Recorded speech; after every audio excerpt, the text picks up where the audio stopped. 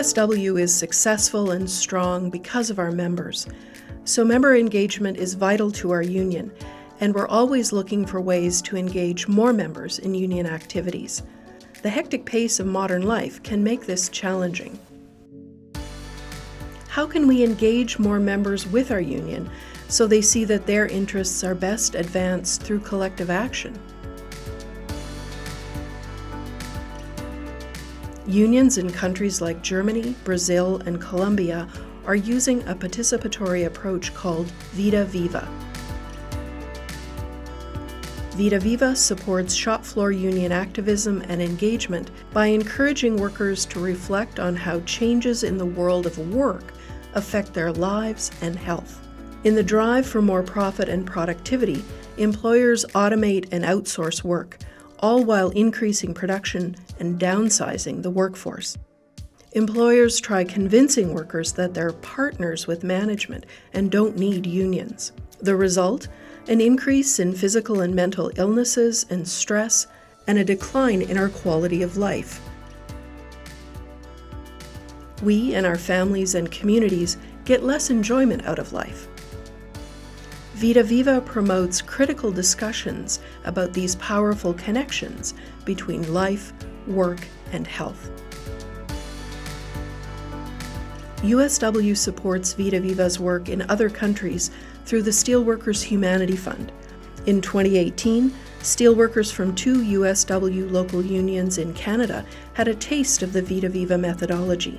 After a 3-day workshop, they said that VidaViva promotes engagement and problem solving, is a good way to get members to identify their own issues and preventative measures, would help identify priorities for bargaining, helps us to realize we've become accepting of our environment instead of fighting for change, helps mobilize members, reaches people in different age groups who haven't thought of the impact of work on their family life. So what exactly is VidaViva?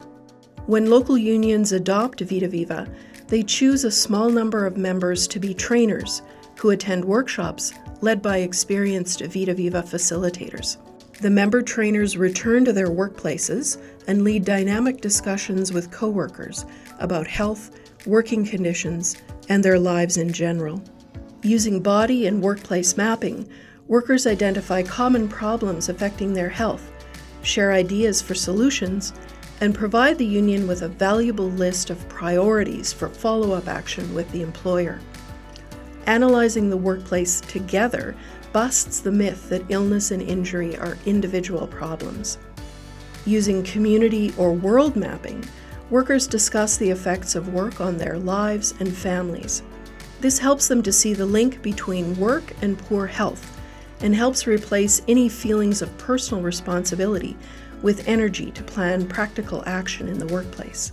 Seeing short videos and photo exhibits of their lives, workers think critically about the messages that employers and society in general promote about work and health.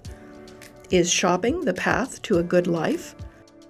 Should workers be blamed for accidents? Do I need to compete with my fellow workers? Does my boss know what's best for my health? Provocative questions, yes, but they help workers take a new look at things they often take for granted. The member trainers work closely with local union executives and committees, reporting the problems and ideas identified by members during these dynamic discussions. Local union leaders and committees can use this information in meetings and formal negotiations with the employer. When members see their ideas being implemented, they know they've contributed to collective action. What's been the experience of other unions with VidaViva? Using VidaViva, an education workers union in Brazil identified 24 member trainers, negotiated to hold workshops on paid time, and reached about 2,000 workers in the first year. The union took issues identified in the workshops to the bargaining table. As a result, the employer upgraded school buildings and electrical wiring and changed working hours to reduce overload. Even better, the union built a closer relationship with members, and member participation increased. Workers changed their opinion that the union mainly cared about wages. In Germany, several unions use the VidaViva methodology to provoke discussions among workers on issues such as stress, overwork, and automation. Discussions about health have been key to mobilizing workers on the subject of automation. The unions have used the results of mapping to bargain for workplace improvements and increase hiring. At the Tenaris plant in Colombia, the company was paying no attention to the union until it started using the VidaViva methodology.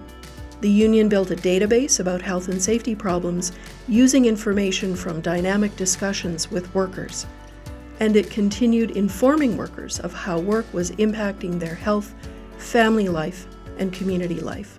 In the next round of bargaining, the union made health and safety their main demand, backed up by the data it had gathered, information that not even the company's expert had.